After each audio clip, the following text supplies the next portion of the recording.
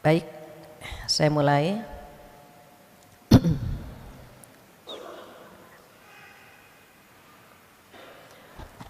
Assalamualaikum warahmatullahi wabarakatuh.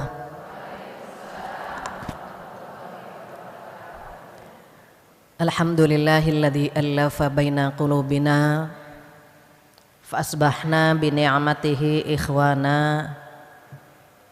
Asyhadu an la ilaha illallah wahdahu la syarikalah wa asyhadu anna Muhammadan abduhu wa rasuluh la nabiyya ba'dah. Alhamdulillah dan alhamdulillah, bulan yang indah bertemu wanita solehah di tempat yang indah. Mudah-mudahan yang hadir Allah berikan badan yang sehat, umur yang panjang, rezeki yang berkah, rumah tangga yang sakinah, anak-anak yang soleh-solehah. Mudah-mudahan Allah mengumpulkan kita semua di jannah, amin ya rabbal alamin. Tak lupa salawat dan salam kita sampaikan kepada kekasih kita Rasulullah sallallahu alaihi wasallam yang memberikan kabar gembira dengan datangnya bulan Ramadan. Qad ja'akum syahrul mubarak, telah datang kepada kalian bulan yang diberkahi. Saat Rasulullah sallallahu alaihi wasallam menyampaikan kabar gembira dengan datangnya bulan Ramadan, yaitu bulan yang diberkahi, apa arti mubarak di sini? Mubarak artinya dibukanya pintu-pintu kebaikan. Berkah itu artinya mampu mendatangkan kebaikan. Maka bulan Ramadan di mana Allah membuka pintu-pintu kebaikan, Allah memilih kita, dikabulkannya doa-doa kita. Karena kita bilang sama Allah, Allahumma balighna Ramadan, ya Allah sampaikanlah kami ke bulan Ramadan. Dan doa kita Allah kabulkan. Kita dipertemukan dengan bulan Ramadan. Satu hari saja bertemu dengan bulan Ramadan, dosa-dosa masa lalu kita terhapus. Berapa banyak saudara kita yang belum sempat bertemu dengan bulan Ramadan, Allah memanggilnya. Kalau kita dikasih kesempatan bertemu dengan bulan Ramadan, dia datang menghampiri kita, dia datang dalam kehidupan kita, kemudian kita sia-siakan doa kita yang kemarin minta dipertemukan dengan bulan Ramadan. Bagaimana? Kita pengen kedatangan tamu yang mulia, tapi ketika dia datang tidak kita jamu, tidak kita servis, tidak kita berikan amalan yang terindah. Maka sayang rasanya kalau Allah mengabulkan doa-doa kita tetapi kita tidak menggunakan waktu ini dengan sebaik-baiknya. Maka berharap dengan tema amal cerdas di waktu terbatas, di sisa Ramadan yang ada kita bisa maksimal ibadahnya, biar ketika tamu Ramadan pergi kita puas.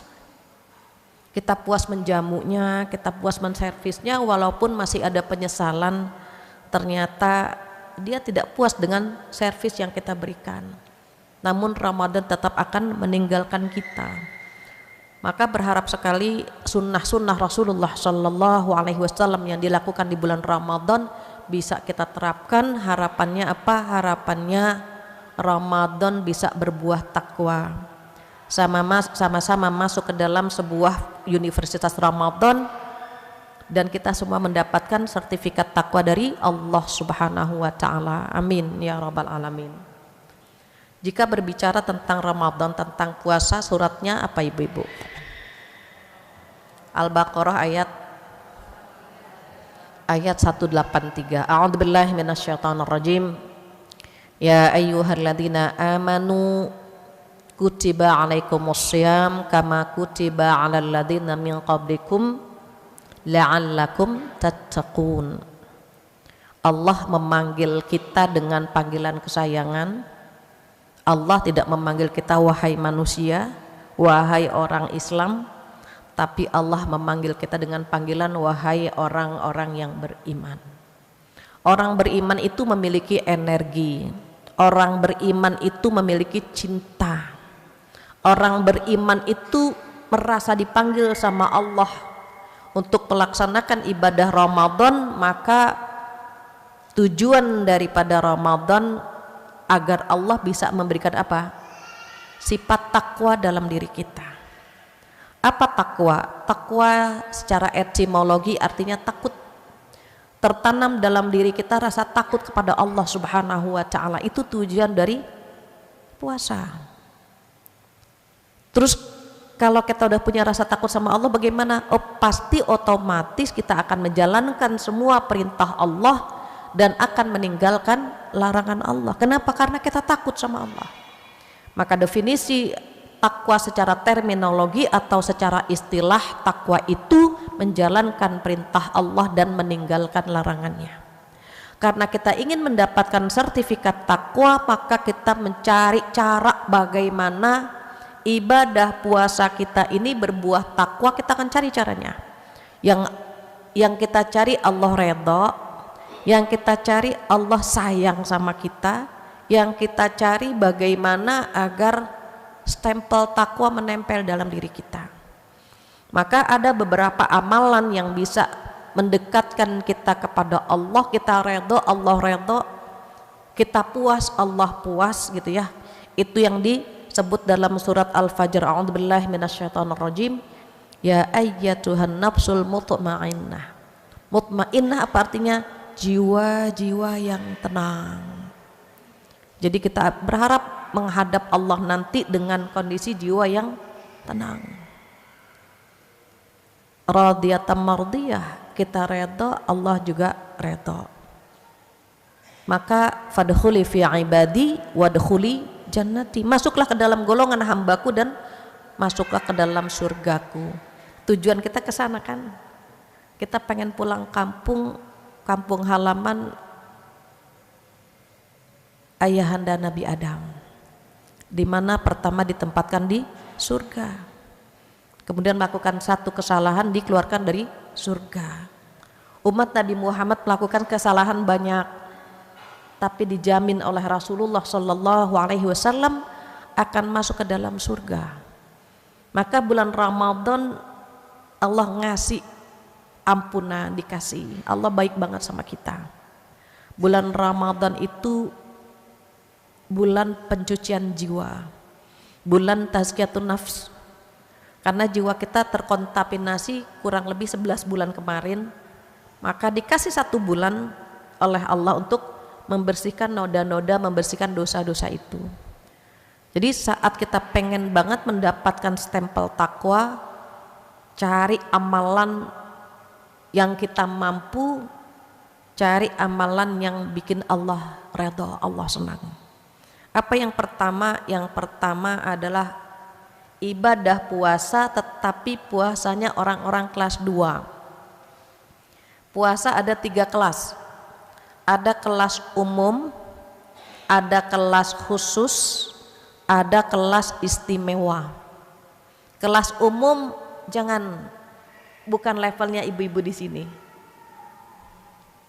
Kenapa? Orang umum itu kelasnya cuma menahan lapar dan dahaga, tapi anggota tubuhnya dia nggak puasa. Apa kata Rasulullah? Kam min shaimin laisa min siyamihi ilal juwal atas. Berapa banyak orang yang berpuasa tapi tidak mendapatkan apa-apa dari puasanya kecuali lapar dan dahaga saja.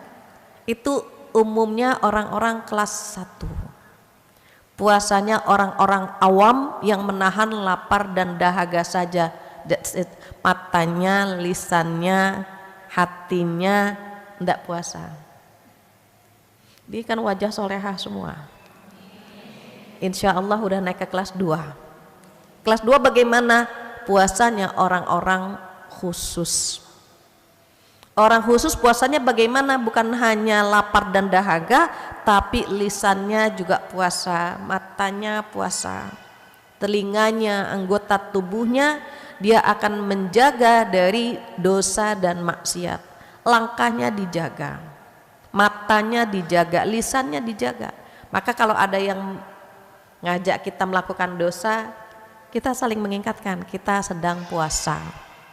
Para sahabat kalau diajak debat atau bertikai gitu, mereka akan mengatakan ana shaim, saya puasa gitu. Kita kalau diajak melakukan dosa sama, kita sedang puasa. Biar sama-sama apa? Biar sama-sama terhindar dari dosa. Karena kalau masih doyan dengan dosa, kita puasanya kelas 1. Padahal kita pengen naik ke kelas 2. Kenapa nggak ngincer kelas 3? Oh, karena kita nggak mampu. Kelas 3 itu adalah kelas orang-orang istimewa yang hatinya, pikirannya, tindak tanduknya semua itu karena Allah saja. Mereka adalah orang-orang istimewa. Orang istimewa siapa? Para sahabat, tabi'in, tabi'in. Imam Syafi'i diantaranya, beliau kalau bulan Ramadan hatam Al-Quran 1 kali di malam hari, 1 kali di siang hari. Berarti sehari semalam berapa kali? 2 kali. Selama sebulan berapa kali? 60 kali. Ada yang bisa? Maka level kita, level khusus saja sudah luar biasa. Masya Allah, level khusus saja luar biasa. Ada yang bertanya, Bu Fathia, memang mereka nggak ngapa-ngapain ya kok bisa hatam berkali-kali? Saya bilang, Ibu kalau baca Al-Fatihah bisa berkali-kali kan? Iya, karena hafal. Orang kalau hafal sambil nyuci piring baca Fatihah, ya kan? Nyuci ngepel sambil baca Fatihah karena hafal. Para sahabat hafal, even mereka menunggang kuda baca Quran, even mereka berniaga baca Quran. Kenapa hafal? Mereka bisa berjam-jam depan Al-Quran tuh bisa berjam-jam. Kenapa di dalam Al-Quran aplikasinya banyak? Dulu kita nggak paham kok bisa mereka berjam-jam di dalam bersama Al-Quran. Setelah ada gadget kita baru paham. Kita bisa berjam-jam kan dengan gadget kita. Kenapa? Di aplikasinya aplikasi di gadget ini banyak. Pencet YouTube, pencet TikTok, pencet Instagram, pencet Facebook. Semuanya ada, makanya berjam-jam dan kita nggak sadar. Astagfirullah, udah jam sekian. Karena aplikasinya banyak. Para sahabat di bersama Al-Quran itu merasa aplikasinya banyak. Bisa membaca, bisa menghafal, bisa mentadaburi, bisa mengkaji tafsirnya. Makanya berlama-lama dengan Al-Quran sesuatu yang biasa. Kita baca Quran, Masya Allah ya, ngebet terus, ke kiri ngebetnya berapa halaman lagi, sini juz ketiga. Beda memang sudah. Makanya kalau kita berada di posisi kelas 2 saja udah senang. Alhamdulillah. Itu amal yang indah, itu amal cerdas di waktu yang terbatas. Yang pertama puasa, tapi kelas 2. Kenapa? Agar digugurkan dosa-dosa kita. Yang kedua apa? Salat malam. Man shoma ramadhana imanan wahtisaban ghufira lahu ma taqaddama min dhanbihi. Wa qala aidan man qama ramadhana imanan wahtisaban ghufira lahu ma taqaddama min dhanbihi. Jadi berpuasa mampu menghapus dosa-dosa masa lalu, sholat malam pun di bulan Ramadan mampu menghapus dosa-dosa masa lalu. Ibu-ibu masih ingat saya pernah buat ilustrasi, buat simulasi.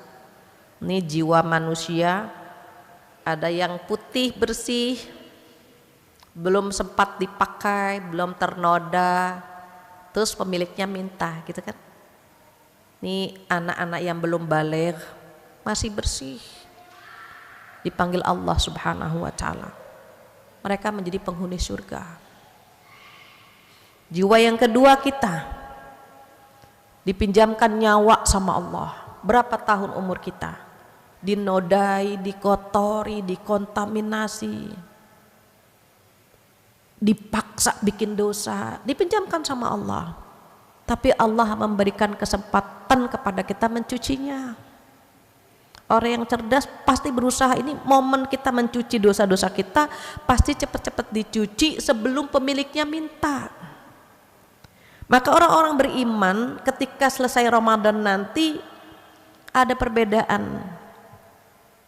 Ada kebiasaan-kebiasaan baik yang dia lakukan, tetap dibangunkan. Kita kalau udah Lebaran atau Idul Fitri itu Kadang-kadang masih terbiasa bangun kan. Cuma ketika bangun lihat jam saja. Oh iya udah Idul Fitri gitu.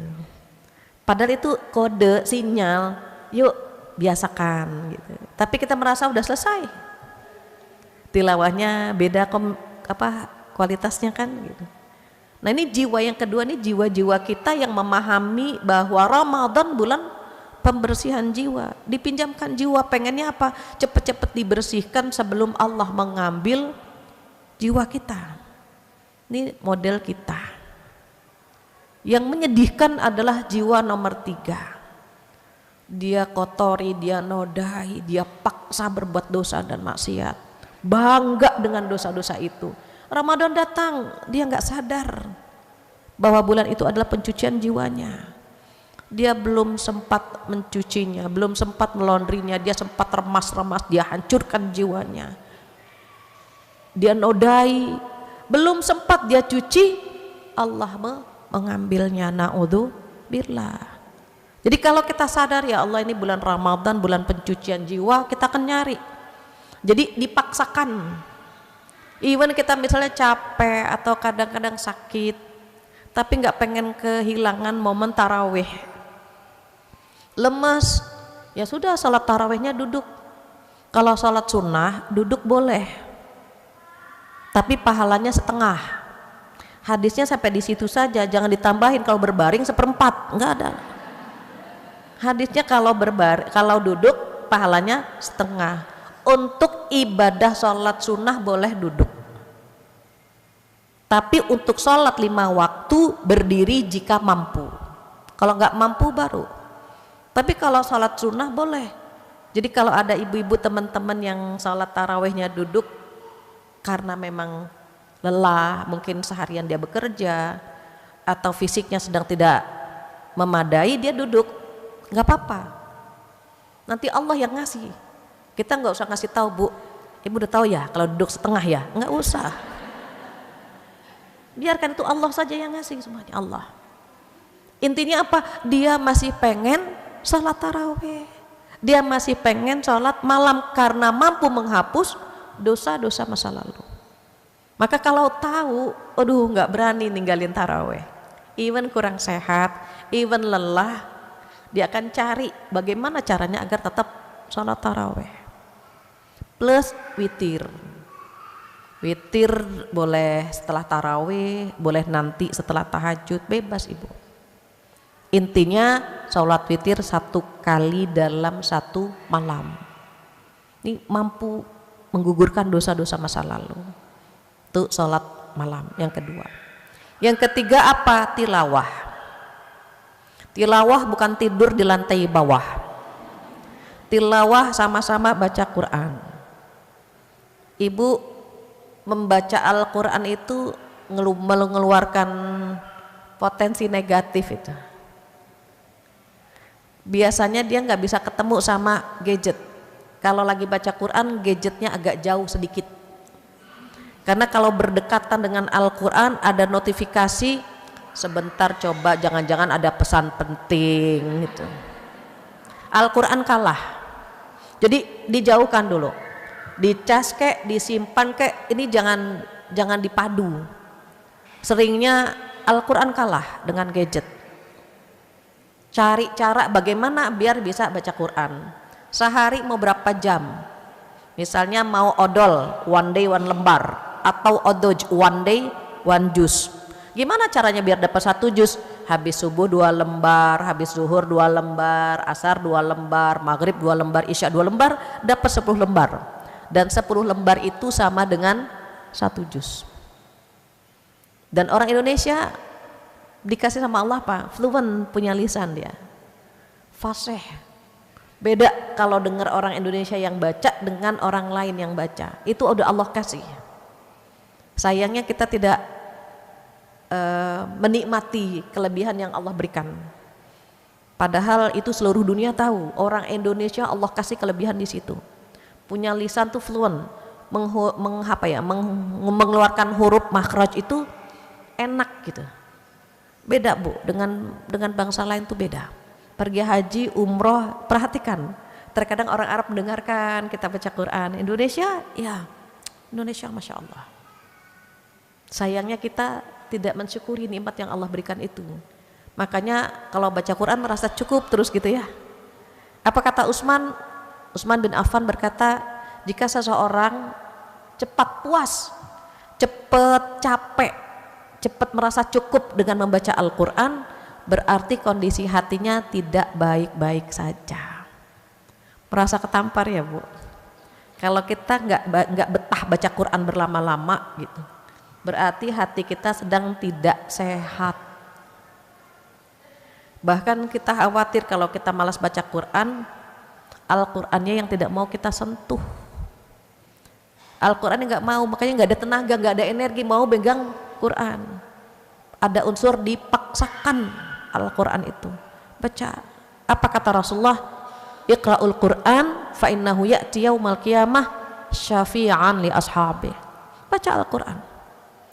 Kenapa? Nanti di hari kiamat dia akan datang memberikan syafaat. Apa syafaat? Pertolongan. Al-Quran itu bisa nolong kita di hari kiamat nanti. Ketika seorang hamba sedang disiksa, maka Al-Quran bilang apa? Ya Allah, hentikan azabmu ya Allah, hentikan siksamu ya Allah. Dia sering membaca aku, kata Al-Quran. Dia menahan ngantuknya membaca aku karena engkau ya Allah. Maka hentikan siksaanmu, hentikan azabmu kepada dia, karena dia sering membaca aku. Al-Quran tahu Bu yang sering baca yang mana, yang jarang menyentuh yang mana. Al-Quran tahu. Pengen kan Bu dapat syafaat dari Al-Quran, maka jangan jauh-jauh dari Al-Quran. Pegang, baca. Ada seorang ustadz hafal Quran, beliau tetap buka Al-Quran. Saya tanya, Ustadz hafal, kenapa masih baca? Apa jawaban dia? Jawaban beliau, Fat, saya pengen dapat pahala dari memegangnya, dari memandang huruf-hurufnya, dari melafazkannya, dari menghafalnya. Ramadan kalau dikasih pahala sebanyak ini, bulan berkah sebanyak ini, masa tidak kita nikmati? Megang Quran pahala Ibu, menatap hurufnya, melafazkannya, beratus-ratus kali lipat pahala yang akan Allah berikan untuk kita. Syahrul Mubarak, berkah semampu kita, tapi ada unsur dipaksakan. Harus hatam gitu. Kalau punya target pengen hatam tuh Bu, nggak akan pernah diam. Bengong sedikit, lumayan nih bisa dapat 1 halaman gitu di kereta gitu kan Bu. Kenapa? Kan amalan cerdas. Orang pinter itu tidak akan pernah menyia-nyiakan waktu bengongnya gitu. Lumayan baca 1 halaman.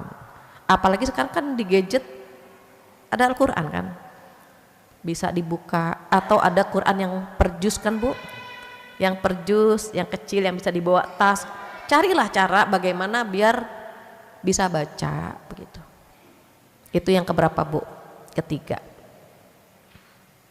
berinteraksi dengan Al-Quran. Yang keempat, apa amalan cerdas di waktu yang sangat terbatas ini? Yang keempat adalah sedekah. Rasulullah Shallallahu Alaihi Wasallam kalau di bulan Ramadan itu sedekahnya seperti angin yang berhembus, cepet banget Bu. Tidak ada kata nanti, tidak ada kata maaf, tidak ada kata pas THR cair ya gitu, nggak ada. Di rumah beliau adanya roti, itu yang diberikan, adanya gula itu yang diberikan, adanya kurma itu yang diberikan. Beliau itu tidak pernah menunda sedekahnya, apalagi di bulan Ramadan. Dibuat list sedekah yang akan kita berikan untuk siapa. Kalau yang paham betul tentang keberkahan Ramadan, itu tidak akan pernah sedikit sedekahnya. Kenapa? Di bulan biasa saja kan bisa 70 sampai 700 kali lipat kan kalau Allah mau ngasih pahala gitu.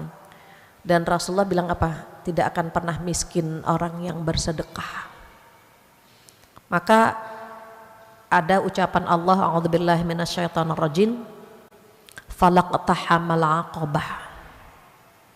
Manusia itu kan dikasih dua jalan, jalan kebaikan, jalan keburukan. Nah, jalan kebaikan itu kan seperti mendaki. Kata Allah, manusia jarang yang milih jalan ini. Jalan menuju ke surga dengan sesuatu yang kita benci, dan jalan ke neraka dengan sesuatu yang kita suka. Ngaji itu pakai waktu kan. Jangan lupa ya, pengajian di Masjid Darussalam jam sekian sampai jam sekian gitu ya. Pakai waktu, di reminder juga, di woro-woro juga. Ngerumpi pakai waktu enggak? Peminatnya banyak enggak? Banyak. Enggak perlu pakai waktu. Enggak perlu di reminder, di mana saja bisa. Ketemu di tukang sayur bisa, di tukang kolak bisa. Itu enggak perlu di reminder lagi, jangan lupa ya ngerumpi jam sekian, enggak usah. Tapi untuk ngaji itu kan jalan menuju ke mendaki kesulitan gitu. Nah, sedekah ini Allah tahu kita ini suka banget sama harta. Maka Allah menyebutkan di ayat itu bahwa bersedekah itu seperti kita memilih jalan yang mendaki, yang sulit, maka pahalanya besar. Semakin sulit perjalanan kita, semakin sayang sama harta kita, semakin besar insya Allah pahalanya. Melihat nih saldo berapa, mobile banking berapa, oke, tutup mata kadang-kadang, bismillahirrahmanirrahim gitu. Kalau sebentar ya Allah kan THR belum cair, baju belum beli, beras, udah susah itu. Nah, sedekah aja gitu. Kenapa? Mumpung bulan Ramadan. Nanti akan Allah balas itu. Masya Allah, Masya Allah. Kalau di dalam surat Al-Balad itu yang disebutkan yang pahalanya besar itu pada saat orang kelaparan. Ibu bisa cek surat Al-Balad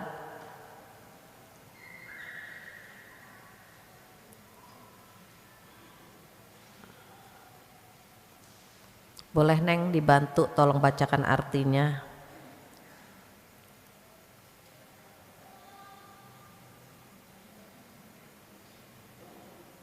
Surat 90 itu ada 11 sampai 16. A'udzu billahi minasyaitonir rajim. Bismillahirrahmanirrahim. Aku bersumpah dengan negeri, ayat 11 sampai 16. Bismillahirrahmanirrahim. Tetapi dia tidak menempuh jalan yang mendaki dan sukar.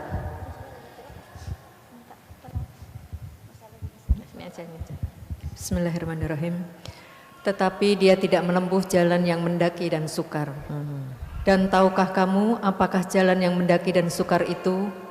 Yaitu melepaskan perbudakan atau hamba sahaya, atau memberi makan pada hari terjadi kelaparan, kepada anak yatim yang ada hubungan kerabat, atau orang miskin yang sangat fakir. Iya. Ini disebutkan oleh Allah Subhanahu wa taala ada 4. Membebaskan hamba sahaya, anggaplah kita memerdekakan kesulitan orang lain. Au it'amun fi yaumin dzi masghabah, memberi makan di saat orang kelaparan. Itu pahalanya besar. Saudara kita di Palestina lagi kelaparan, itu kita kirim pahalanya besar. Di kampung kita ada orang kelaparan, tetangga kita kelaparan, itu Allah menyebutnya yang pertama memberi makan di saat mereka sedang kelaparan. Orang puasa lapar enggak? Lapar. Memberi makan orang yang berpuasa maka pahalanya besar. Tadi Mbak Uli cerita di sini berapa Mbak Uli yang bukber 1.500 ya? 1.500, Masya Allah. Pahalanya besar. Para donatur di masjid ini pahalanya besar. Memberi makan orang berpuasa. Atau kata Allah yatiman dza maqrabah, atau memberi santunan kepada anak yatim yang masih ada hubungan kerabat. Kalau kita sedekah kalau kita sedekah kepada orang lain itu pahalanya 1. Kita menyantuni anak yatim pahalanya 1, pahala sedekah saja. Tapi kalau ada hubungan kerabat pahalanya 2. Pertama pahala sedekah, yang kedua pahala silaturahim. Maka Allah menyebut yatiman dza maqrabah, menyantuni anak yatim yang ada hubungan kerabat. Yang ketiga apa? Au miskinan dza matrabah, atau orang miskin yang sangat fakir. Ibu tinggal pilih mau sedekah sama orang yang kelaparan, atau anak yatim yang masih ada hubungan kerabat, atau orang miskin yang sangat fakir. Ini Masya Allah, kata Allah, ini termasuk memilih jalan yang mendaki dan sulit. Gak banyak orang milih jalan ini, maka kita yang milih jalan ini. Mumpung bulan Ramadan, maka sedekah. Pilih jalan yang sulit yang disebutkan oleh Allah Subhanahu wa ta'ala, tinggal kita pilih. Atau tiga-tiganya kita lakukan, Masya Allah. Apa tadi Bu? Memberi makan saat kelaparan. Kedua, menyantuni anak yatim yang masih kerabat.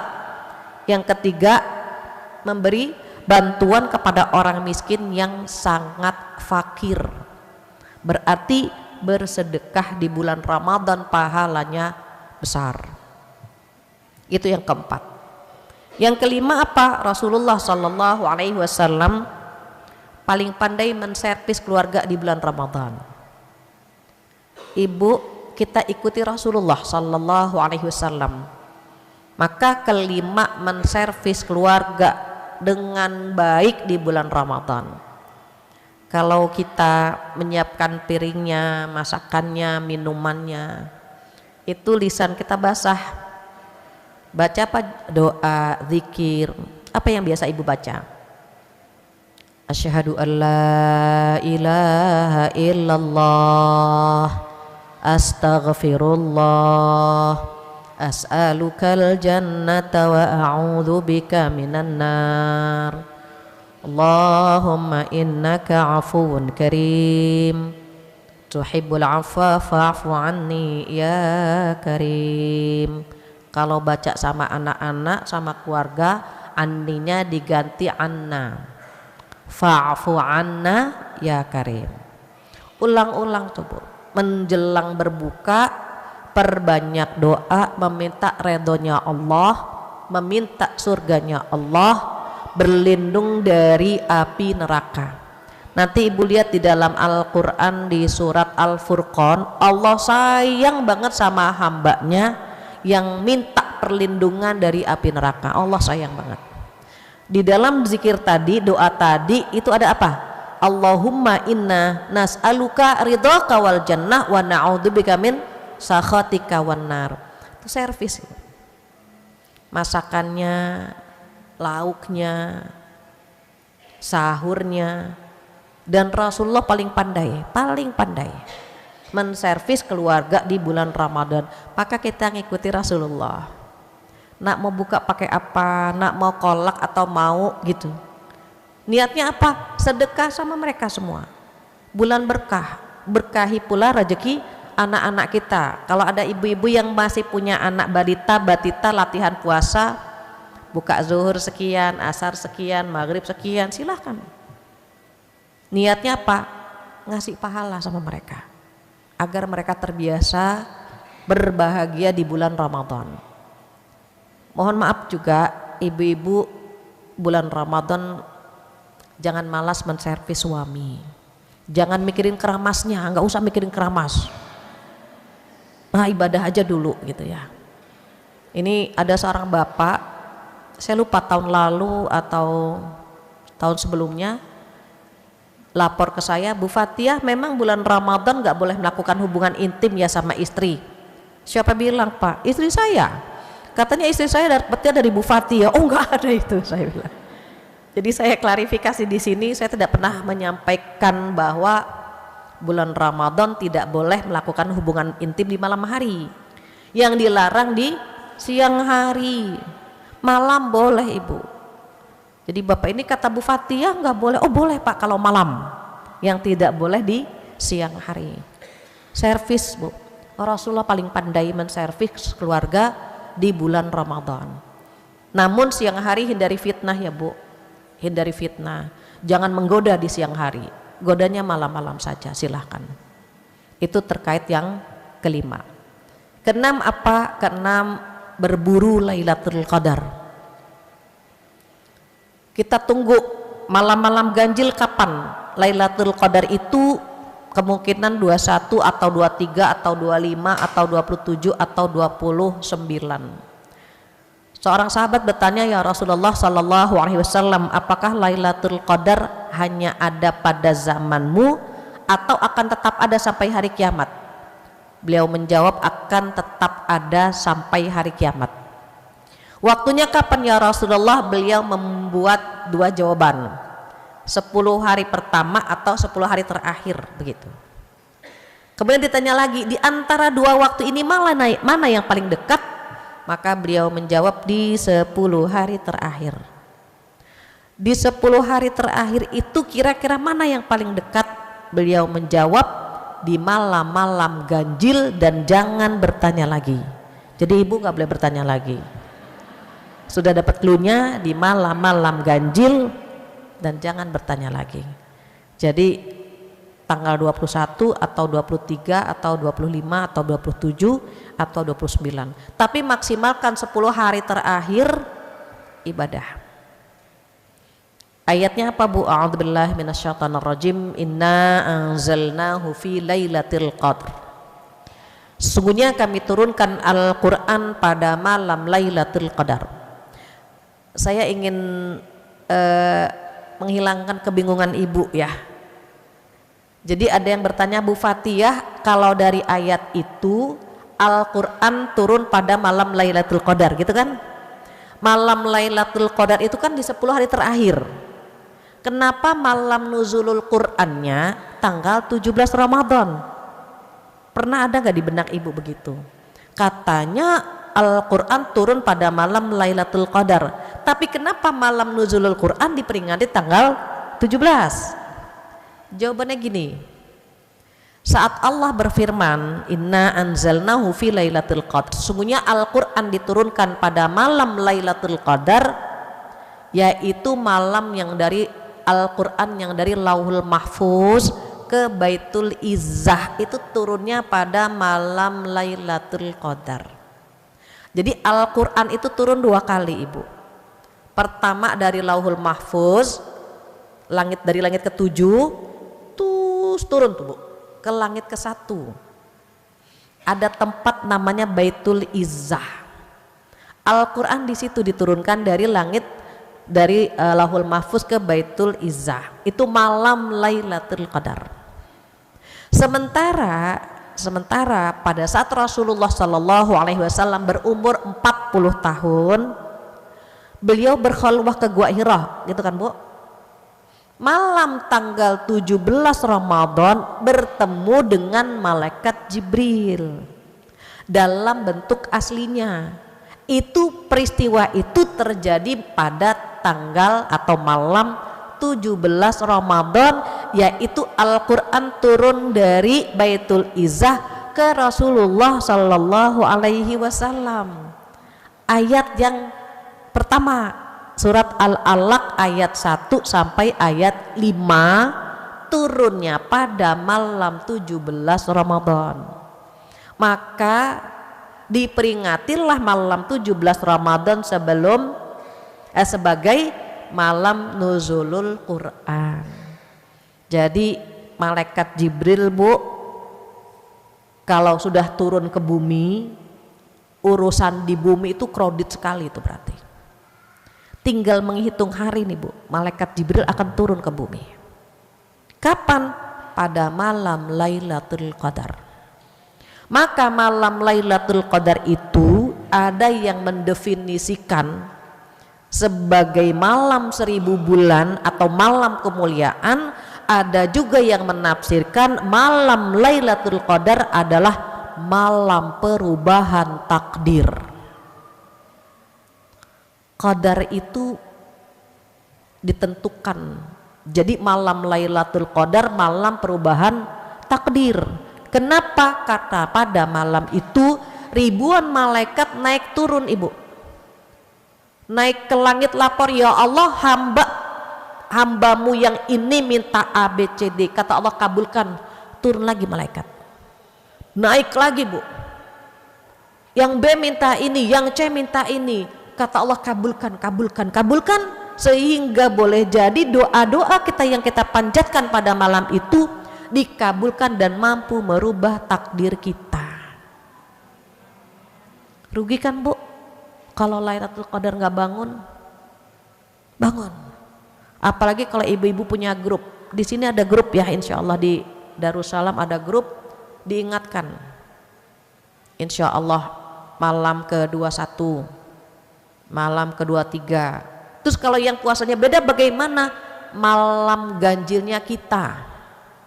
Jangan pikirkan malam ganjil tetangga, apalagi yang di Saudi bagaimana, yang di Amerika bagaimana. Ibu jangan bingung mikirin malam ganjilnya mereka. Fokus dengan malam ganjilnya kita. Maksimalkan. Cari cara bagaimana mengelola ibadah biar nggak bosen. Orang kalau ibadah kan suka agak bosen gitu ya. Aduh ya Allah, jadi wanita soleha susah banget misalnya. Dimodif, dicari biar semuanya bisa gitu. Jadi ini tinggal menghitung hari bu. Lailatul Qadar tinggal menghitung hari. Dia hanya terjadi 1 tahun sekali. Dan beritanya valid dari Allah langsung bahwa pada malam itu tanazzalul malaikatu warruh. Ar-ruh siapa? Ar-ruh itu malaikat Jibril alaihi salam. Kalau malaikat Jibril sudah turun ke bumi berarti urusan di bumi luar biasa, sibuknya luar biasa. Dan para malaikat mengepakkan sayap rahmatnya mengucapkan apa? Salamun, salamun, salamun. Sejahtera, sejahtera, sejahtera sampai kapan bu? Hatta matla'il fajr, sampai adzan berkumandang waktu subuh baru selesai. Jadi kalau belum subuh itu malaikat masih bu. Nanti kalau sudah Allahu Akbar, Allahu Akbar, dah, baru malaikat langsung naik ke atas lagi. Terus tiba-tiba kita nggak bangun. Ya Allah, nyesel banget ibu, nyesel banget. Kenapa? Belum tentu ketemu lagi tahun depan. Mumpung masih ada waktu mempersiapkan diri. Yang haid bagaimana? Bangun juga, kan doa nggak dilarang. Orang haid kan boleh doa, tetap bangun, doa. Terus biar nggak bingung, kita suka bingung ya bu, doa balik lagi gitu kan. Apalagi ya Allah kan ini udah ya, ini udah, bingung. Saya kasih cluenya. Ibu kalau tawaf berapa kali putaran? 7. Nah doa bikin 7 ring. Kayak orang tawaf, kan tawaf 7 putaran. Doa ibu buat 7 ring. Ring 1 siapa? Lingkaran pertama diri sendiri. Doa buat kita dulu ibu. Kita minta sehat, minta bahagia dunia akhirat gitu ya bu ya. Minta dalam ketaatan, husnul khotimah, pokoknya kita dulu. Itu ring 1.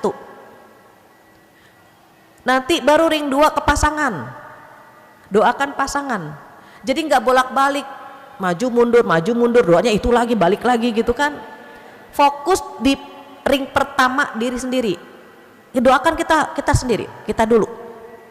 Udah puas mendoakan diri sendiri, beranjak ke ring kedua, yaitu pasangan. Yang belum punya pasangan bagaimana? Justru malam itu minta. Mau 3T, 5T, 7T bebas ibu. Terus yang udah punya suami bagaimana? Tambah. Bukan tambah suaminya, tambah doanya. Ya Allah, jadikanlah suami saya tambah soleh, tambah sayang, tambah lembut hatinya gitu. Jadi disebut namanya ya bu, bayangkan wajah pasangan kita, jadikanlah dia pasangan di dunia dan di surga gitu bu. Tuh ring 2 pasangan. Ring 3 siapa? Orang tua dan anak-anak. pertama kita, ring 2 pasangan, ring 3 orang tua dan anak-anak.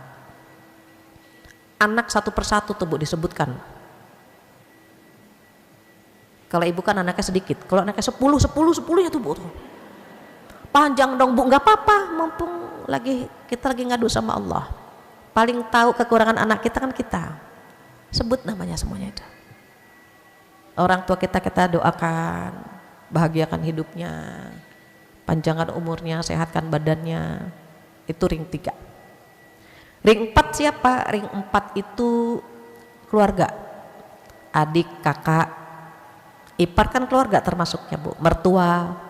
Mertua, ipar, jangan dimusuhin terus Bu mertua, didoakan juga. Kayak dengar mertua enggak, dilongkap langsung mertua, jangan. Doakan mertua, ipar, kan adik kakak kita, adik kakak suami juga kan sama saudara kita juga. Itu ring 4. Ring 5 setelah keluarga besar, berarti siapa? Sahabat kita, tetangga kita. Jangan pelit mendoakan orang lain Ibu. Ketika kita bilang ya Allah jadikanlah tetanggaku orang-orang yang soleh soleha. Ketika malaikat mendengar dan mengatakan begitu pula untukmu, berikanlah mereka rezeki yang berkah, begitu pula untukmu. Coba Ibu, kalau kita nggak pernah mendoakan mereka rugi. Jangan doain buat diri kita terus gitu. Ada tetangga, ada sahabat, bayangkan teman kita nggak hafal, namanya nggak hafal, tapi kan wajahnya kita hafal. Ya Allah jadikanlah teman-teman pengajianku gitu Bu, badannya sehat, rezekinya berkah, kata malaikat begitu pula untukmu. Jangan egois mikirin sendiri terus. Doakan sahabat kita, tetangga kita. Itu yang kelima. Ring 6 apa? Doakan umat Islam di Indonesia agar mendapatkan pemimpin yang adil, tidak terjadi sesuatu yang tidak kita inginkan. Itu ring 6.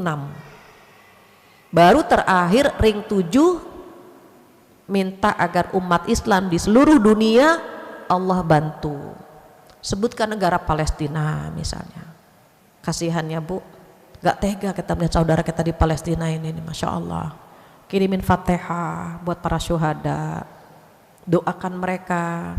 Tuh ring 7. Jadi kalau udah ada ringnya seperti itu, kita nggak bolak-balik lagi. Udah fokuskan ring 1, nggak usah disebut ya Allah ring yang ke-1 nih ya Allah saya mintanya, nggak usah. Itu udah disimpan di sini saja gitu. Kita udah selesai, langsung ke pasangan, langsung ke gitu. Itu perbanyak doa, boleh jadi doa kita itu dikabulkan pada malam itu. Makanya malam Lailatul Qadar disebut malam perubahan takdir. Itu berburu Lailatul Qadar. Kemudian yang selanjutnya apa? Karena beberapa ibu mungkin ada yang pulang kampung, berarti silaturahim. Itu ke-8 ya Bu? Ke-8 apa ke-7 ya? Ke-7. Sebelum ke-7, sebelum mudik, ada yang tidak kalah penting, datang ke majelis ilmu, datang ke pengajian. Nuntut ilmu itu hukumnya wajib. Kalau dilakukan di bulan Ramadan pahalanya bisa 70 sampai 700 kali lipat, bahkan bisa lebih dari itu. Dan yang paling senang apa Bu? Kita kalau duduk di majelis ilmu begini nih Bu, nama kita disebut sama Allah satu persatu, dari yang pertama datang sampai yang terakhir. Selama belum doa penutup majelis masih disebut namanya. Tapi Ibu jangan telat terus. Belum doa penutup majelis kan, belum kan, disebut juga lah alhamdulillah gitu. Allah tahu yang rajin, yang nggak pernah absen siapa. Kalau kita merutinkan kebaikan, tiba-tiba kita berhalangan untuk tidak hadir, Allah tetap mencatat nama kita di situ. Masya Allah Ibu. Rajin ngaji, memang rutin ngaji di sini. Qadarullah misalnya sakit, qadarullah nggak bisa tilawah, qadarullah gitu ya Bu. Banyak ibadah-ibadah yang kita tidak bisa lakukan. Karena kita istiqomah, maka Allah tetap mencatat nama kita, tetap mencatat seakan-akan kita melakukan amal ibadah tersebut. Itu indahnya istiqomah tuh begitu. Jadi kalau kita rajin ngaji di sini, tiba-tiba ada uzur, ada halangan syar'i yang bikin kita nggak bisa duduk di sini, Allah tetap mencatat seakan-akan kita duduk di majlis ilmu. Makanya kita harus membiasakan berbuat baik. Agar apa Bu? Saat kita berhalangan, nama kita tetap dicatat sebagai orang yang melakukan ibadah tersebut, begitu. Dan terakhir yang ke-8 tadi ya Bu, mudik atau pulang kampung. Mungkin ada beberapa ibu yang harus menengok keluarga besarnya. Ibu yang masih punya orang tua, gunakan momen ini. Jangan dianggap tradisi yang memberatkan. Pulang kampung itu mengingatkan siapa kita. Kalau kita pulang kampung, kita ingat masa kecil kita, SD kita di sini, SMP kita di sini, siapa orang yang punya kontribusi dengan keberhasilan kita, siapa orang yang selalu rajin mendoakan kita. Kita ingat Ibu. Kalau kita pulang kampung, kita ingat dari mereka, dari keluarga kita lah kita bisa duduk di sini. Doa-doa mereka, orang tua kita, kakek nenek kita, adik kakak kita, itu Masya Allah. Jadi kalau kita sedang silaturahim itu valid ya Bu, pahala besar, rezeki berkah, insya Allah umur juga panjang. Apalagi jika dilakukan di bulan Ramadan, jangan dianggap beban. Jadikan itu salah satu cara kita menggapai surganya Allah. Alhamdulillah bisa pulang kampung, rezekinya berkah, umur kita panjang, dan diusahakan tidak merepotkan orang yang di sana. Apa pesan Rasulullah? Janganlah kamu datang ke salah satu rumah saudaramu yang dia berdosa, gara-gara kamu dia berdosa. Maksudnya apa? Ketika kita datang, kita menyusahkan dia. Kita paling tahu keluarga kita yang mampu mana, yang kurang mampu mana. Jangan berlama-lama di rumah saudara yang kurang mampu, khawatir merepotkan. Maka pesan Rasulullah, jangan membuat seseorang berdosa lantaran kita. Jadi kita jangan datang ke rumah orang yang kurang mampu, tapi orang itu ngedumel. Ibu ngerti ngedumel ya? Ya Allah, 3 hari makan tidur, dia nggak redo menservis kita. Terus gimana? Bawa sesuatu yang kira-kira nggak ngerepotin, bagaimana? Transfer mentahnya dulu. Insya Allah dikit lagi pulang, tolong dimasakin apa misalnya, itu ya untuk beli garamnya, transfer gitu. Jangan ngepas beli garam Bu, maksudnya dilebihin gitu ya. Jangan kita menikmati makan di rumah dia, kue gitu ya, tapi kita sepeser pun tidak mengeluarkan uang. Jangan sampai orang membenci kehadiran kita. Tapi bagaimana ketika kita hadir, aduh semua orang bahagia, teteh pulang, teteh, mereka melepas rindu sama kita, pelukannya pelukan tulus, doanya doa tulus, air matanya air mata tulus ketika ketemu tuh, kangen, meluknya tuh nangisnya tulus gitu. Jangan sampai mereka meluk kita basa-basi, dipeluk tapi dalam hatinya ya Allah ini orang masih hidup aja gitu. Jangan sampai begitu. Bagaimana agar kita punya ketulusan, sama-sama punya ketulusan ketika bertemu dengan keluarga besar kita. Nah ini banyak kan teman-teman kita yang harus mudik pulang kampung di bulan Ramadan. Apa-apa lakukan. Mudah-mudahan rezekinya berkah, badannya sehat, bisa membahagiakan orang-orang di kampung halaman nanti. Itu 8 yang bisa saya sampaikan. Mudah-mudahan bermanfaat. Kalau ibu mau tambahkan 10 boleh Bu. Di antaranya apa? Perbanyak doa dan perbanyak zikir. Doa belum kesebutkan, nah tambah ke-9 perbanyak doa, dan yang ke-10 perbanyak zikir dan istighfar. Alhamdulillah, nggak terasa jam 10:30. Jika ada yang ingin ditanyakan atau ditambahkan, saya kembalikan kepada MC kondang kita. Silakan.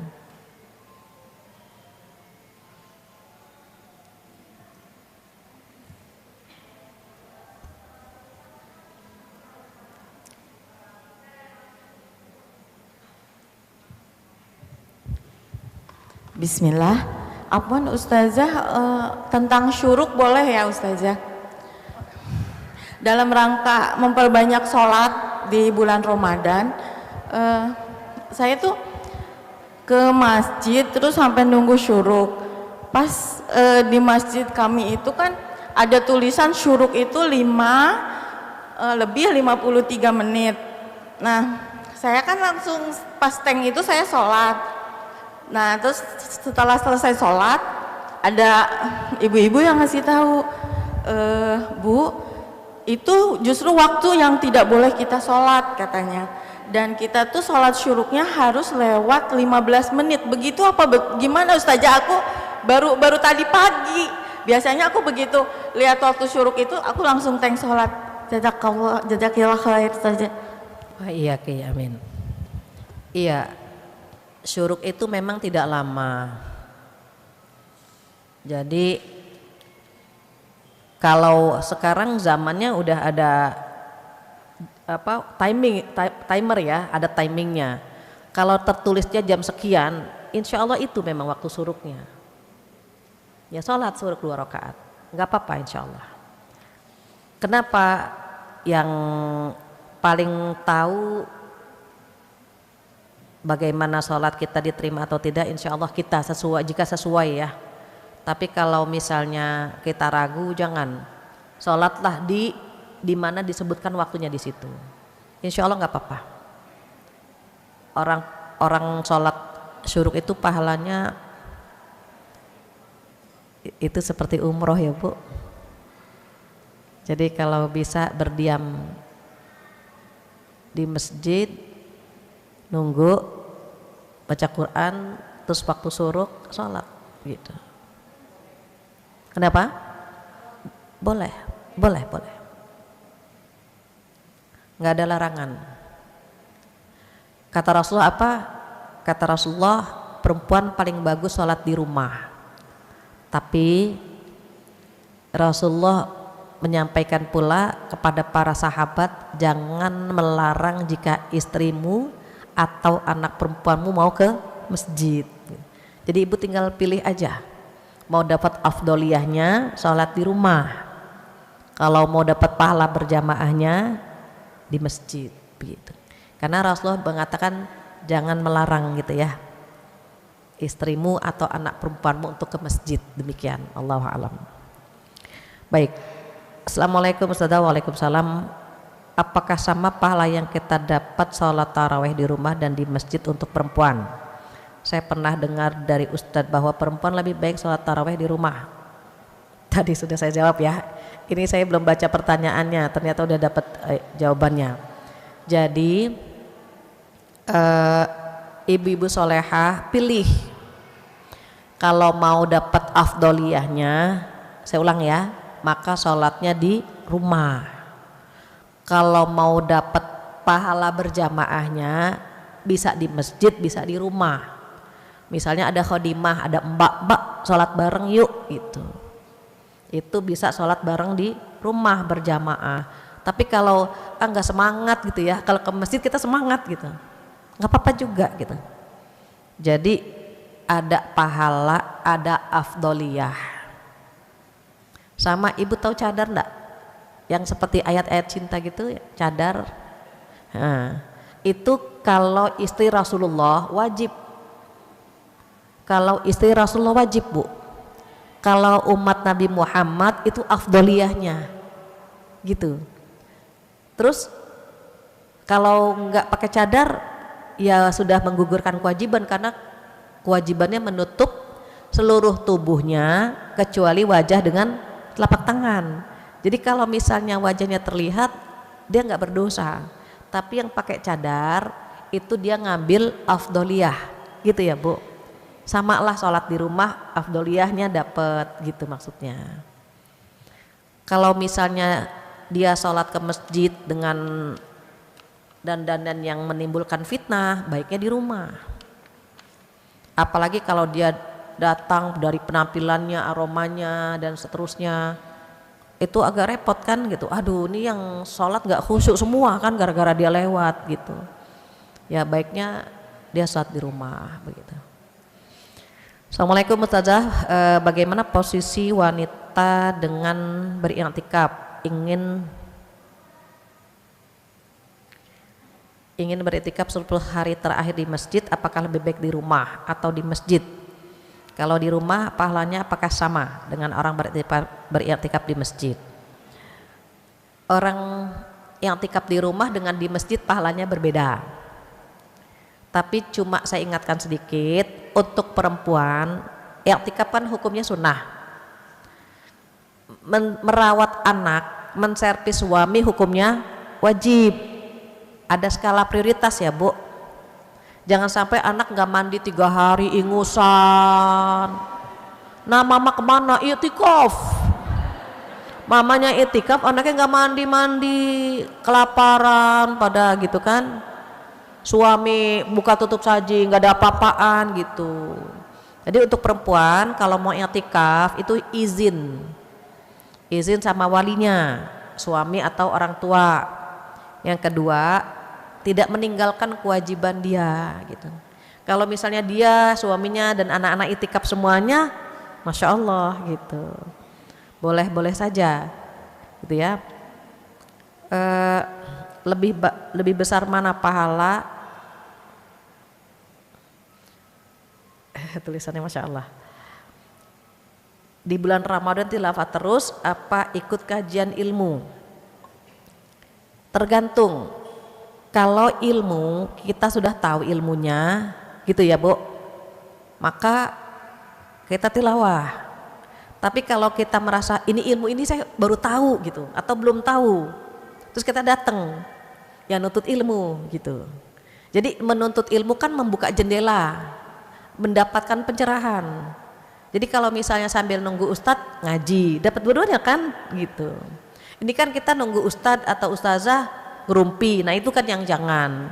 Jadi biar dapat dua-duanya, sambil nunggu ustadz kita ngaji, dapat tilawah, pahala tilawah dapat, pahala menuntut ilmu dapat, masya Allah gitu. Jadi kalau dikomparasi skala prioritasnya mana yang paling tahu kita. Kalau ilmu itu kita udah tahu misalnya, oh tentang ini ya, insya Allah saya udah tahu ya, sudah tilawah. Tapi kalau ini penting banget ini buat saya, buat anak-anak, buat keluarga, maka kita bisa memilih hadir dalam majelis ilmu begitu. Assalamualaikum Ustazah, bagaimana sebaiknya saat Ramadan kita perbanyak membaca Al-Quran dengan artinya atau hanya membaca ayat-ayat saja? Karena bila dengan artinya waktunya kurang untuk kita menghatamkannya. Untuk tilawah atau paham, kembali lagi kepada target kita. Kalau target kita hatam, udah baca aja, baca walaupun gak paham. Kenapa? Udah dapat pahala kok Bu. Al-Quran kalau kita baca walaupun tidak paham itu dicatat sebagai ibadah. Ada pahala ketika kita membaca Al-Quran. Tapi kalau targetnya kita pengen paham, berarti baca Al-Quran terus baca artinya, karena target kita mau paham gitu.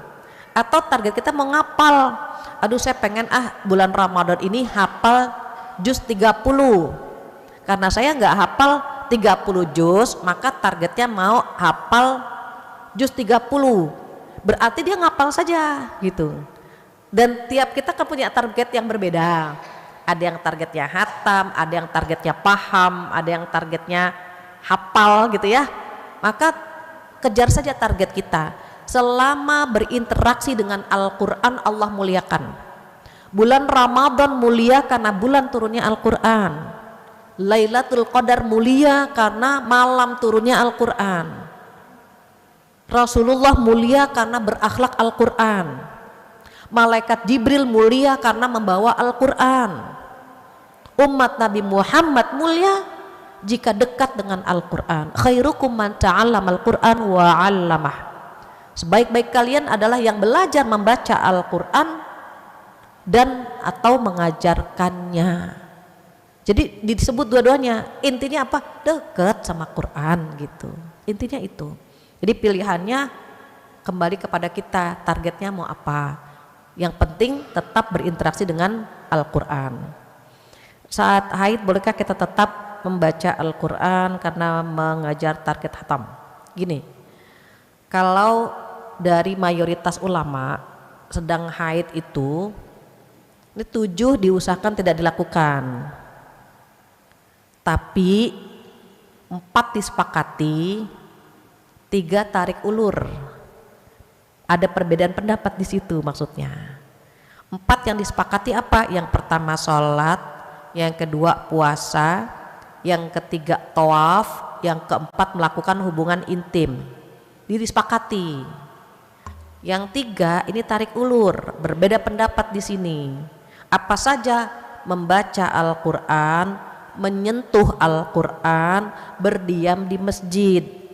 3 ini yang tarik ulur, berbeda pendapat maksudnya. Kalau ulama salaf adalah jangan baca dulu gitu, jangan nyentuh dulu, jangan ke masjid dulu gitu.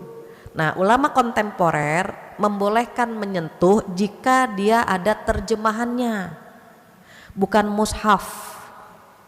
Karena kalau Imam Syafi'i la yamassuhu illal mutahharun, tidak boleh menyentuh Al-Quran kecuali orang-orang yang suci. Imam Syafi'i berpendapat yaitu orang yang suci dari hadas kecil dan besar. Jadi kalau mau menyentuh mushaf, wudhu dulu begitu kalau Imam Syafi'i. Kalau imam yang lain tidak memiliki hadas besar, maksudnya tidak haid begitu. Maka itu tadi Abu ya tarik ulur. Terus yang rutin bagaimana? Kalau yang rutin boleh. Misalnya dia entah itu sebagai guru atau dia murojaah atau dia menganggap itu zikir. Ada kan bu zikir pagi petang, ada ayat kursinya kan tuh. Itu boleh kan dianggap zikir dan itu sudah menjadi rutinitas begitu. Maka dibolehkan. Berdiam di masjid pun demikian.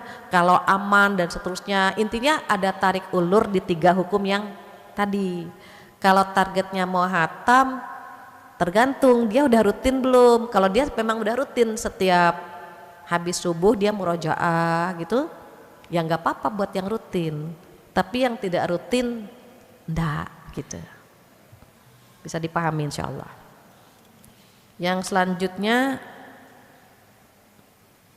Assalamualaikum, maaf jika di luar tema, zakat fitrah apakah boleh dengan uang? Setahu saya 3 mazhab memberitahukan dengan beras. Boleh dua-duanya, tapi afdolnya beras begitu ya. Uang boleh, tapi afdoliyahnya beras. Assalamualaikum Ustazah, bulan puasa ini kan sering ada yang ngajakin bukber. Nah biasanya sholat maghribnya jadi kurang tepat waktu, termasuk tarawehnya nggak bisa jamaah di masjid. Lalu gimana cara menyikapinya, terutama untuk anak muda yang kadang-kadang imannya turun. Iman turun itu bukan anak muda aja sebetulnya. Orang tua naik turun juga gitu ya. Bahkan kalau ada nyungsep, parah banget gitu. Jadi kalau misalnya bukbernya bisa mendatangkan manfaat, ada silaturahim atau kita diminta tausiah atau gitu ya, ada santunan. Kan ada bukber yang plus-plus ya Bu, bukan hanya bukber gitu. Bukbernya keren, ada santunan juga, ada ini juga misalnya begitu. Wah ini paket lengkap nih gitu ya. Kita bisa Bu, oke kita bukber tapi kita yang mulai gimana sholatnya nggak telat. Habis makan kurma, icip-icip sedikit, baru kita sholat. Ini kan enggak, icip-icip makan ini makan itu, bakso semuanya, makan mas berat baru sholat. Nah itu Kalau kita bisa-bisa saja, maksudnya nggak ada masalah gitu ya untuk bisa bisa sebentar saya tutup dulu. Kalau memang kita bisa menyikapi buka puasanya itu sholatnya nggak terlambat, tarawehnya juga tetap kita kerjakan, nggak ada masalah. Tapi kalau misalnya ini having fun saja, cuma wasting time, cuma ketawa ketiwi, hahaha yang kayaknya nggak ada manfaatnya, ya sudah gitu. Dan yang paling tahu kan kita. Kalau saya nggak tahu ibu bukbernya bagaimana gitu. Yang paling tahu kan kita nih, bukber kita nih mendatangkan manfaat atau tidak. Kalau bukber plus santunannya ada, silaturahimnya ada, sholatnya juga nggak terganggu, ya sudah. Yang parah yang mana? Nggak bukber juga telat, nah itu. Padahal nggak bukber telat juga, itu kan yang bahaya gitu ya. Oke, terakhir, assalamualaikum Ustazah, mau tanya, jika baca Al-Quran godaan sering ngantuk, bagaimana solusinya agar tidak mengantuk? Kalau baca Quran itu kan atraksinya banyak, cari kacamata, bantal gitu ya, cemilan sebelah kanan. Padahal bacanya cuma berapa lembar gitu kan. Terus gimana? Kalau punya niat, punya tekad, itu target aja Bu. Jadi ibu jangan ngelihat ngebet-ngebetnya, timingnya, nih jam, saya mau baca Quran 30 menit gitu misalnya. Itu selama belum 30 menit nggak bergeming. Itu begitu. Itu pertama. Targetnya bukan jus, tapi saya mau baca Quran 30 menit atau 15 menit gitu. Jadi nggak ngebet, ini ngebet aja udah makan waktu tuh Bu. Ngebet lagi, baru satu halaman ngebet lagi, dipegangin itu jus ketiga gitu ya. Belum selesai dipegangin aja jusnya gitu. Itu makanya lama hatamnya, ngebet lagi, lamaan ngebetnya daripada bacanya kan gitu. Jadi targetnya pakai jam. Kalau saya suka jam gitu, 30 menit. Oke, jadi selama belum 30 menit nggak ngebet gitu, tahan, mau ngebet enggak gitu. Ngebet berapa halaman lagi, lihat gitu kan, enggak mau gitu. Kita langsung pokoknya ngaji dulu, ngaji itu pertama. Kedua, biar nggak ngantuk, saya lebih sering baca malam atau habis sahur. Jadi kalau malam kan kita bisa ngecek kurma. Ini saya nggak di endorse ya Bu. Kurma sukari, letakkan di gelas 3 butir atau 5 butir. Ibu tuangkan air panas, tutup 15 menit atau 20 menit, tutup. Nanti dibuka, itu kan lumer tuh Bu. Kurma sukari lumer. Itu diminum, keluar keringat kita. Semangat. Kalau memang ngantuk, walaupun minum kurma juga ngantuk sih sebetulnya. Tapi kan ikhtiar ya Bu, ikhtiar. Ada yang Bu Fatia makan kurma saya malah ngantuk. Itu berarti bawaannya memang begitu. Ini ikhtiarnya gitu. Jadi saya kalau mau habis taraweh atau habis buka gitu, itu suka ngerendam air kurma, saya seduh pakai air panas.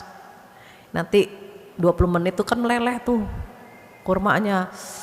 Enak gitu ya, ini lagi siang-siang makan ini ya. Tapi nanti malam bikin gitu, insya Allah itu nggak ngantuk, insya Allah nggak ngantuk. Tapi kalau jam habis zuhur ngaji ngantuk, memang badan kita terbiasa kita bawa habis sholat zuhur tidur gitu. Terus kita baca Quran, ya ngantuk gitu. Tapi kalau kita tidurnya misalnya siang baca Qurannya habis asar, itu insya Allah enggak gitu. Jadi ditandain mata kita ngantuknya kapan saja. Tapi ke setiap baca Quran ngantuk, itu berarti ada godaan setan yang terkutuk. Begitu ya Bu. Mudah-mudahan jawaban dari pertanyaan Ibu-ibu Solehah terjawab. Masih ada pertanyaan lagi Ustazah di sini? Di mana? Oke, siap. Bismillah. Assalamualaikum warahmatullahi wabarakatuh. Waalaikumsalam warahmatullahi wabarakatuh. Ini poin yang 8 tentang silaturahmi. Ya kan sebentar lagi nih kalau habis Ramadan tuh kebiasaan pulang kampung. di situ kan kita akan bertemu dengan saudara-saudara yang mungkin ipar, tetangga. Gimana jaga kita adab ketika kita salaman? Kadang ada yang sudah tahu bahwa salaman itu antara bukan muhrim itu tidak bisa, tapi kadang ada yang maksa gitu. Sementara kita ingin menjaga biar ketika ada momen itu kita akan terjaga baik seperti itu. Iya, jazakallah. Iya. Ketika kita pengen ada perubahan dalam sikap kepada yang bukan mahram, kita perubahannya biasa-biasa saja, cuma tangannya aja udah dari jauh-jauh udah gini. Assalamualaikum, tapi tetap gaul gitu. Jangan kaku banget. Assalamualaikum. Biasa, assalamualaikum Bapak. Abang apa kabar? Cuma tangannya udah diisyaratkan di sini. Kalau kita begini kan dia udah seakan-akan kita ngasih peluang. Berbeda kalau kita dari jauh udah gini, abang apa kabar? Kan abang ipar bukan mahram. Abang sehat ya bang ya? Sumringah mukanya ada, tapi tangannya di sini gitu. Kebanyakan yang orang nggak suka perubahan kita, mimiknya berubah, tangannya berubah, julidnya dapet. Nah itu. Dia sekarang pas hijrah julid, nah kan nggak enak gitu. Tapi kalau ramahnya dapet gitu, kan masih saudara kita. Om ipar, adik ipar, kakak ipar, kan masih saudara kita. Akrab, tapi kita cuman nggak sentuhan aja, nggak salaman gitu. Bang, mohon maaf lahir batin ya bang ya, sehat semuanya bang gitu, biasa aja gitu. Jadi mereka nggak, dia masih oke. Dia masih baik kok, nggak ada masalah, cuma tangannya aja agak jauh gitu aja kan gitu. Kalau dulu yang biasa cipika-cipiki ya udah berarti kan enggak begitu, artinya tutur kata kita masih tetap ramah gitu, cuma tangannya aja udah enggak gitu ya, enggak. Terakhir ya, pertanyaan terakhir, izin bertanya. Assalamualaikum. Waalaikumsalam. Sudah kita tahu Ramadan itu bulan pengampunan dosa dan pembersih jiwa. Yang mau saya tanyakan, apa arti dari Ramadan itu sendiri? Dan bagaimana agar kita istiqomah setelah Ramadan? Jadi, kenapa Neng? Ya, jadi Ramadan itu sebenarnya kalau kita perhatikan bulan Ramadan ini kan bulan memang dikasih kesempatan kita menggugurkan dosa. Macam-macam ya yang mengartikan Ramadan, ada yang artinya pembakaran dan seterusnya. Terus karena kita pengen diampuni dosa-dosa kita, orang kalau pengen dapat ampunan tuh akan nyari cara gitu. Pengen banget diampunin sama Allah, gimana caranya ya gitu.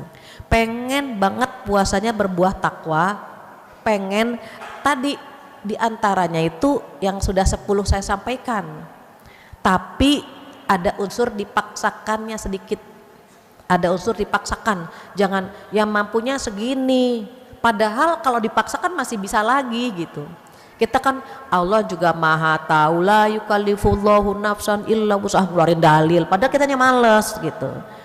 Dan kalau kita pengen dapat Ramadan yang lebih baik lagi, ya ibadah kita yang kemarin-kemarin ya kita menganggap itu kurang gitu. Kurang tuh, yang kemarin tuh kurang. Tahun ini saya harus lebih baik lagi. Kenapa? Jangan-jangan ini Ramadan terakhir. Nah itu. Kalau kita berpikir ini Ramadan terakhir, aduh ibu takut gak ketemu Ramadan. Jadi ibadahnya akan kita maksimalkan gitu ya, kita maksimalkan. Terus biar istiqomah bagaimana? Biar istiqomah kita minta sama Allah. Ya Allah, berikanlah hamba rizki, merasakan nikmat ibadah di bulan Ramadan ini ya Allah, begitu. Kedua, kumpul dengan orang baik-baik ya Bu. Kita kumpul dengan orang baik-baik. Ibu kalau ngaji tengok kiri kanan. Oh dia orang baik, nanti kalau dia ngaji saya ikut, begitu. Ketiga, karena kita imannya naik turun, maka kata Rasulullah apa? Istiqomahlah kalian dan kalian tidak mampu. Kenapa nggak mampu? Karena imannya naik turun. Naik dengan ketaatan, turun dengan kemaksiatan. Jadi kalau kita pengen istiqomah nih hindari maksiat gitu. Jadi kalaupun imannya turun nggak turun ngedrop banget gitu maksudnya. Misalnya sholat tidak telat 3 waktu berturut-turut gitu. Terus dosa jangan bikin 3 hari berturut-turut. Kalau udah ngerumpi 2 hari, astagfirullahalazim. Jangan dibikin 3 hari, tanggung besoklah sehari lagi, enggak gitu. Jadi ada apa ya? Ada nahan. Aduh, udah 2 hari nih gitu. Jangan dibikin yang ketiga. Sholat pun terlambat, jangan 3 waktu berturut-turut. Zuhur terlambat, asar terlambat nih, maghrib nggak boleh gitu. Kalau kita kan suka itu pengaruh Bu. Kalau sholat zuhur terlambat, asar pengennya terlambat lagi. Nanti maghrib begitu, makanya harus langsung harus tepat waktu nih. Biar gitu dipotong gitu ya, dipotong mata rantai pintu-pintu dosa itu, jangan dibiarkan sekali lagi gitu. Tapi tadi pesan Rasulullah apa? Istiqomah kalian dan kalian tidak mampu. Kenapa? Karena iman kita naik turun. Tapi kan boleh berdoa sama Allah. Boleh ada usahanya kan, diantaranya kumpul bersama orang baik-baik. Demikian ibu-ibu solehah. Gak terasa jam 11 lewat, mungkin ibu-ibu akan melanjutkan tilawahnya sambil nunggu zuhur. Saya pamit. Jika ada kesempurnaan milik Allah, kekurangan dari saya mohon dibukakan pintu maaf yang sebesar-besarnya. Mudah-mudahan Allah memberikan kita kekuatan mengamalkan 10 amalan cerdas yang sudah kita dapatkan hari ini. Dan mudah-mudahan puasa Ramadan ini berbuat takwa. Kita sama-sama lulus ya Bu, sama-sama saling mendoakan. Mudah-mudahan kita bisa meningkatkan ibadah Ramadan kita ke arah yang lebih baik lagi. Itu saja, kita tutup dengan doa penutup majlis bersama-sama. Subhanakallahumma wa bihamdika asyhadu an la ilaha illa anta astaghfiruka wa atubu ilaik. Wabillahi taufiq wal hidayah. Wassalamualaikum warahmatullahi wabarakatuh.